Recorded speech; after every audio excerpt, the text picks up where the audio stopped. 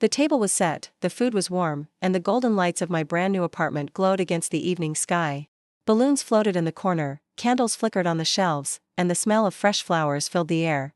I had imagined this moment 1,000 times, my family walking through the door, smiling, hugging me, finally proud of what I had achieved. But the door never opened. I sat there on the sofa, my hands fidgeting with the invitation cards I had printed days earlier. Each one had been handed out personally, with excitement in my voice and hope in my heart. "Please come," I had said. It would mean everything to me. Now, as the clock ticked past the hour, the silence in my dream apartment grew heavier. My phone lay face up on the table, its screen dark, with no calls or messages. Not a single text saying they were on their way. Not even a flimsy excuse. I looked at the spread of food, which was enough for 10 people, and it was untouched. My chest tightened as I realized the truth. I wasn't celebrating with my family tonight. I was mourning the fact that they never took the time to celebrate with me. My parents didn't come. My siblings didn't come. Not even my best friend showed up. And in that empty room, surrounded by everything I had worked so hard for, I whispered to myself, they said I'd never make it. And now that I have, they refuse to see it. The balloons bobbed gently in the corner, like silent witnesses to my heartbreak. Buying that apartment wasn't just a purchase, it was a battle I had been fighting for years. Growing up, I had always dreamed of having a place I could truly call my own. Not a rented room, not a borrowed corner, but a space where every wall carried my story. My family never believed in that dream. My parents would laugh whenever I mentioned saving for a home. "You barely earn enough to pay bills," my father scoffed. "Focus on surviving, not on fantasies." My siblings were no better. They mocked me for working extra shifts, for skipping dinners out, for wearing the same shoes year after year. "You're too stingy," they teased. "You'll never get anywhere living like that."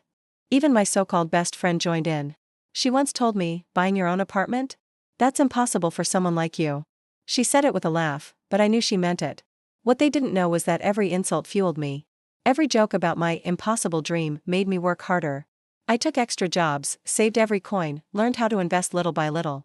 While they mocked me for being boring, I was quietly building my future. And finally, after years of sacrifice, I signed the papers. The apartment was mine. Standing inside those walls for the first time, I felt something I had never felt before: freedom. Independence. Proof that I wasn't the failure they had painted me to be. That's why the housewarming meant so much to me. It wasn't just about showing off a new apartment. It was about proving to my family that I had made it despite their doubts. It was about sharing the joy of a milestone I thought they would finally be proud of. But instead of celebrating with me, they chose to ignore me. And that silence spoke louder than any words ever could. The invitations went out a week before the housewarming. I handed them over with a smile, expecting at least a flicker of excitement. Instead, all I got were cold stares and half-hearted replies. My father barely looked up when I gave him the card. "We'll see if we're free," he muttered, already dismissing me. My mother sighed, saying, "Why make such a big deal? It's just a small apartment, not a palace." My siblings were worse. They laughed. "A housewarming for a flat? Really? Who even celebrates something like that?" One of them even joked, "Don't expect us to bring gifts. You already drained yourself buying it." I swallowed the hurt and forced a smile. Deep down, I still hoped they would come. Surely, even if they didn't understand, they would show up just to be there for me. And then there was my best friend. The one person I thought would never let me down. When I invited her, she smiled faintly, but her words cut sharp. "I'll try, but don't expect too much. I've got other plans." She didn't even bother to ask what time the event was. Still, I clung to hope. I decorated the apartment, cooked their favorite dishes, and bought extra chairs to make sure everyone would have a seat. I imagined laughter filling the rooms, my parents finally saying they were proud, my friend clinking glasses with me. But as the day came, the reality was crueler. The food sat untouched. The chairs stayed empty. My phone remained silent, no messages, no excuses. Hours passed, and not a single knock came at the door. I kept glancing at the clock, telling myself they were just late. But when the night grew darker and the candles burned low, I realized the truth. They weren't coming. None of them ever intended to. And in that moment, sitting in my dream apartment surrounded by silence, I felt more abandoned than ever before. At first, I told myself maybe something urgent had come up. Maybe traffic held them back, maybe they'd surprise me by arriving late together. I kept pacing by the door, listening for footsteps in the hallway, praying for the sound of the bell. But hours passed, and nothing changed. Finally, in desperation, I picked up my phone and scrolled through social media. That's when the betrayal revealed itself in its ugliest form. My parents weren't busy. They were at a dinner party, smiling beside family friends, glasses of wine raised in celebration. My siblings hadn't been stuck in traffic. They had gone out shopping, posting selfies with captions about family bonding. And my best friend? She was out at a cafe with people I barely knew, laughing like she had no idea what today meant for me. The sting wasn't just that they didn't come. It was that they chose not to. They had all known what that day meant to me. They had all heard the excitement in my voice, seen the hope in my eyes. And still, they ignored it, and me. Every post I saw was like a knife twisting deeper. They hadn't forgotten. They hadn't been busy. They had chosen not to show up because celebrating my success wasn't worth their time. I sat down on the sofa, my chest tight, tears streaming silently down my face. The food on the table had gone cold, the decorations hung limply, and the candles flickered as though mocking me. My dream apartment, the symbol of years of struggle and sacrifice, had become the stage for my family's betrayal. It wasn't about the apartment anymore. It wasn't even about the housewarming. It was about love, loyalty, and respect, and the painful truth that I had none of it from the people I thought I could count on. That night, the silence of my apartment was louder than any noise. It was filled with memories of their words, their laughter at my dreams, their disbelief in my efforts. And now, their absence confirmed what I had tried so hard not to accept: they were never truly with me. But as painful as that realization was, it also planted something new inside me. A seed of clarity. If they could betray me on the happiest day of my life, then I would stop waiting for them to ever be part of it. That night, as I sat surrounded by untouched food and deflated balloons, my heartbreak slowly turned into resolve. Their absence hurt, but it also opened my eyes. If they could so easily erase me from their lives, then it was time I erased them from mine, not with anger, but with success. I cleaned up the table, put away the decorations, and told myself, this apartment isn't empty. It's mine.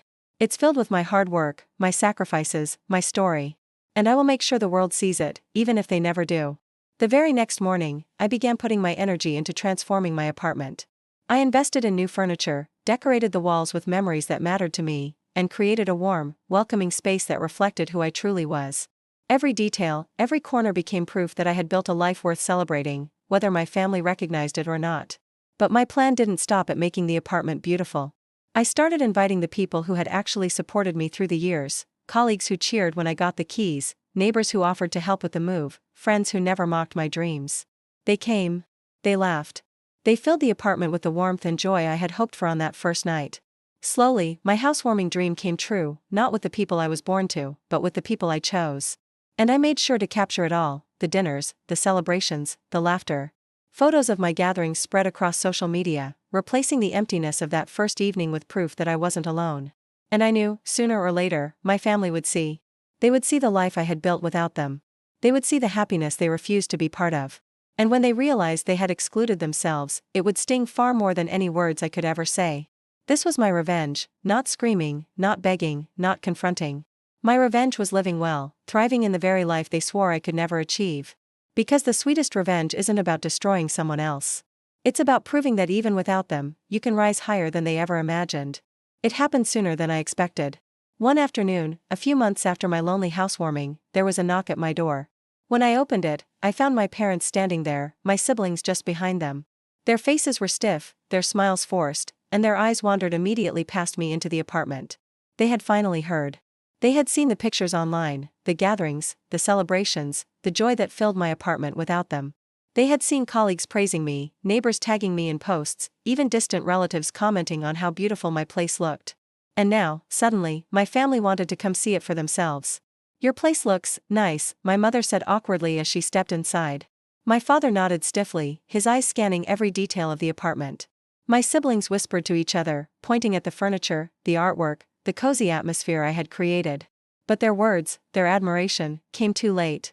They sat down, pretending nothing had happened, pretending they hadn't abandoned me on the most important night of my life. My father cleared his throat. "We regret not making it to your housewarming. Things were complicated." Complicated.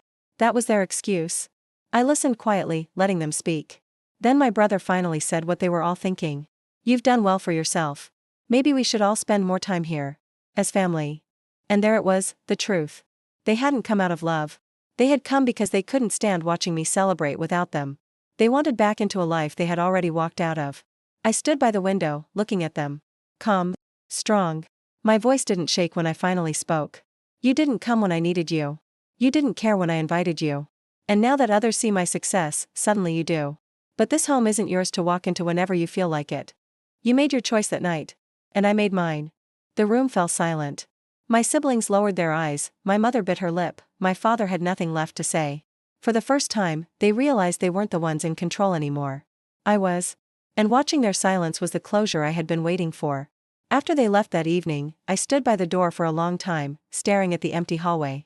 For the first time, I didn't feel like the abandoned one. I didn't feel small or unworthy. Instead, I felt powerful, because I finally understood something. I no longer needed their approval to validate my success.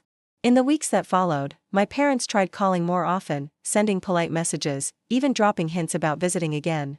My siblings occasionally reached out too, suddenly eager to catch up. But every word they spoke carried the weight of guilt and the shadow of jealousy. Their voices weren't filled with love. They were filled with regret for not being there when it mattered. And I refused to let regret buy them a second chance. Instead, I focused on the people who had been there, the colleagues who cheered me on, the neighbors who celebrated my milestones, the new friends who showed up with open hearts. My apartment, once silent and heavy with betrayal, became alive with laughter, conversations, and warmth. Every corner of my home became a reminder, not of those who abandoned me, but of those who chose me. One evening, while hosting a small dinner, I looked around at the smiling faces filling my living room and realized something profound. This was my real family. Not bound by blood, but by loyalty, love, and respect. The apartment that once felt like an empty victory had transformed into a sanctuary of belonging. And as for my old family and so-called best friend? They remained on the outside, watching through the windows of social media as my life grew brighter without them. They could scroll, they could envy, they could regret, but they could never rewrite what they had done. I had closed that chapter for good. And in doing so, I finally found peace. Buying my dream apartment was supposed to be a celebration, but instead, it became a revelation. The people I thought would cheer for me chose not to show up, and in their absence, I discovered the harshest truth. Not everyone who shares your blood shares your happiness. That night, as I sat alone in my decorated apartment, I thought I had failed. But with time, I realized their betrayal was a gift. It freed me from chasing validation where none existed.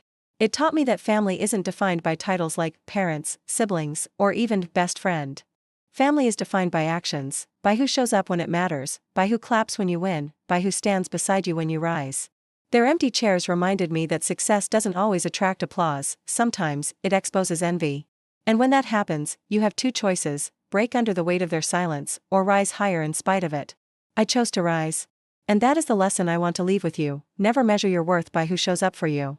Measure it by the battles you fought, the dreams you built, and the strength that carried you through. Because in the end, the ones who abandon you are writing themselves out of your story.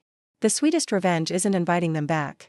It's living so fully, so loudly, and so proudly that they realize they excluded themselves from the very life they once said you'd never achieve. Betrayal doesn't end your journey, it defines the start of a stronger one.